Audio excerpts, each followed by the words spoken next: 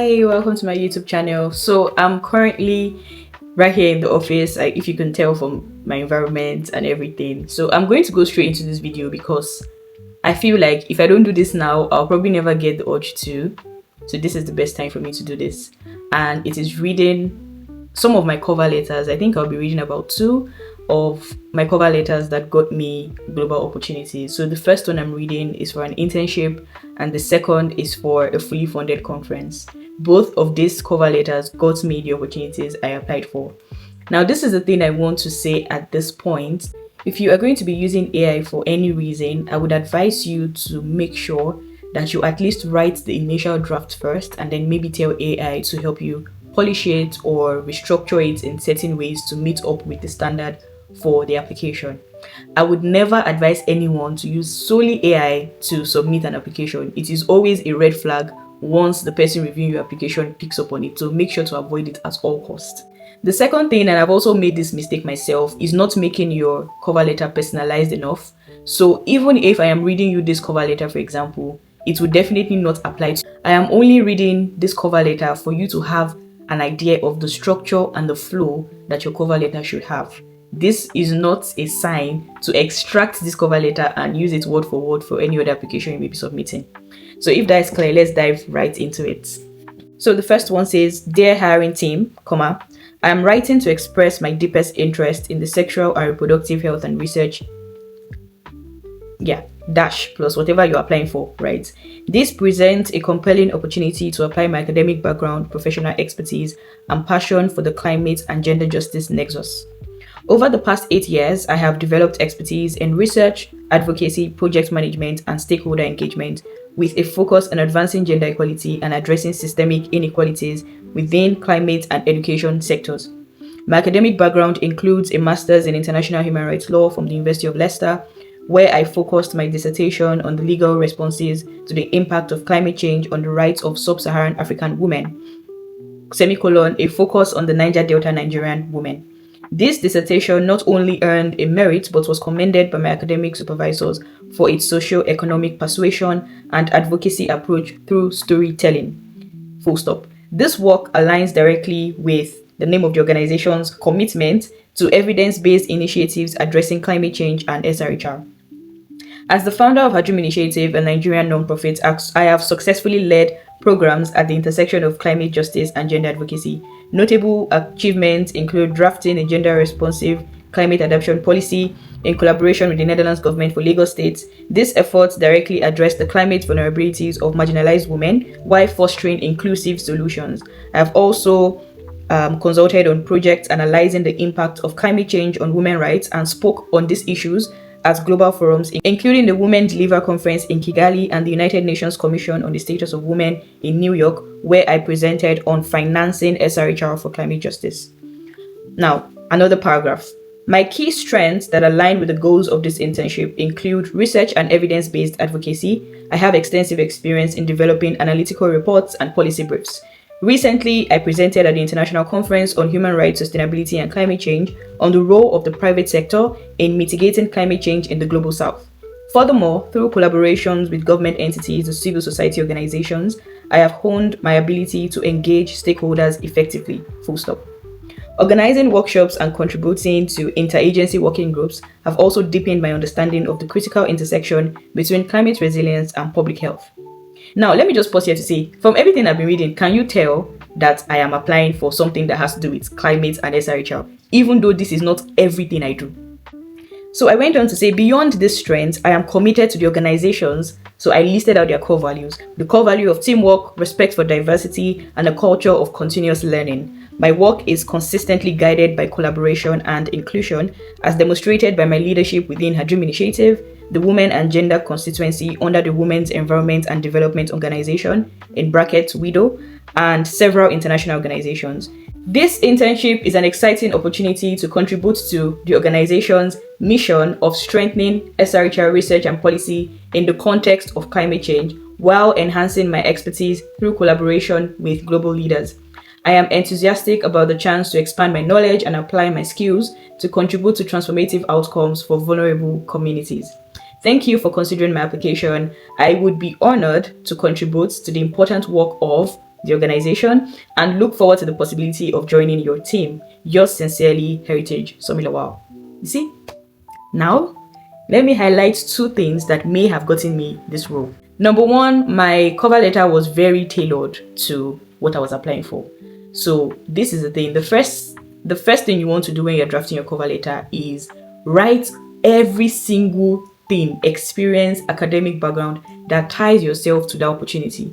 So there has to be a link, right? There has to be a link. If I am applying for peace and security, I must have done something in that light. If I'm applying for health, there must have been something I've done in the past or I'm doing in that light. If it's education, there must have been something I am also doing or have done in that light. You see, that's number one. Number two is that not only did I talk about myself and what I've done, but also how I can contribute to what they are doing as well. So in the other cover letter I'll be reading, it's the one that got me my university admission into over 13 schools, with some of them offering scholarships. And this also was the same cover letter I used to get the Citizen of Change scholarship at the University of Leicester, where I studied for my master's degree. So at the end of the day, what is really important is that you are also telling them that, hey, I'm also here to contribute to your work and to be a good ambassador of this fellowship or this company, organization, or this school, you see. So let's go to the second one now, shall we? So yes, before I read it, let me just show you some of, I don't know if you can even see the screen properly, but this is the list of like the schools and when I got the offers and the scholarships offers as well. Now let me go to the cover letter. I started my personal statement with a quote by Edmund Burke. I don't have it here, but I remember that was my starting statement. And I think it has something to do with the only thing that is needed for evil to thrive is silence. And yeah, that was what the quote was about. So it was a punching quote and it just stuck with the reviewer's mind. It just got stuck in the reviewer's mind. So yeah, let me now start with the second paragraph that says, alongside taking relevant courses such as human rights law, criminal law, sociology, and environmental law as an undergraduate, I spent my holidays volunteering with 2 human rights organizations and carrying out fundraising activities to sponsor underprivileged children to school. This helped me strengthen my resolve to fight injustice in my capacity as a lawyer, especially after I was selected as an ambassador for the EU-UN Spotlight Initiative on prevention of sexual violence to train over 100 students. Full stop. Hence, when I found this course, I was glad to get the opportunity to attain further valuable knowledge about the most effective ways to assist people through laws and policies. Full stop. And then second paragraph. I am the founder and project lead of Hadrim Initiative, a non-governmental organization in Nigeria that was birthed due to the mission to empower women and girls and curb harmful and unfair practices against them. This experience has improved my ability to expand my knowledge on global justice while gaining leadership skills. I take pride in the community I'm building and the number of lives we have touched. Since the commencement of Hadrim Initiative, we have reached out to an audience of over 1,500 women and girls across 14 countries through written articles and advocacy campaigns. For our efforts in ensuring women and girls have the freedom to dream, we were recently recognized by the GMYT African Humanitarian Awards and nominated for the Women Empowerment Awards despite having little or no funding. Full stop. Next paragraph. I find international development law and human rights to be a dynamic and all-encompassing course that captures the core of law as a people-centered discipline. Full stop. Being born and raised in Nigeria, my interest has been sparked towards social justice issues such as climate justice in developing countries and exploring the cultural roots of discriminatory practices against women and girls. My mission is to develop my career path in an international human rights organization while playing my part in curbing discriminatory practices against women and girls such as child marriage in my home country, and I believe that this scholarship would aid my path tremendously. Full stop. Next paragraph. I believe I deserve this scholarship because I have unwavering plans towards my career and I understand that I need to attain the relevant educational background to achieve this feat. If fortunate to be a scholarship holder, I will be an outstanding student and stellar ambassador of this institution.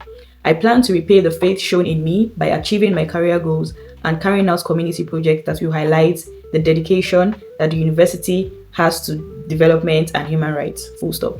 I deeply respect and love the University of dash for its outstanding commitment to legal research and in my community development journey. I have met alumnus who have fueled my respect for this institution. This university would not only help me gain better insights into policy formulation for society, but also aid my capacity to develop initiatives from a global perspective. Capiche?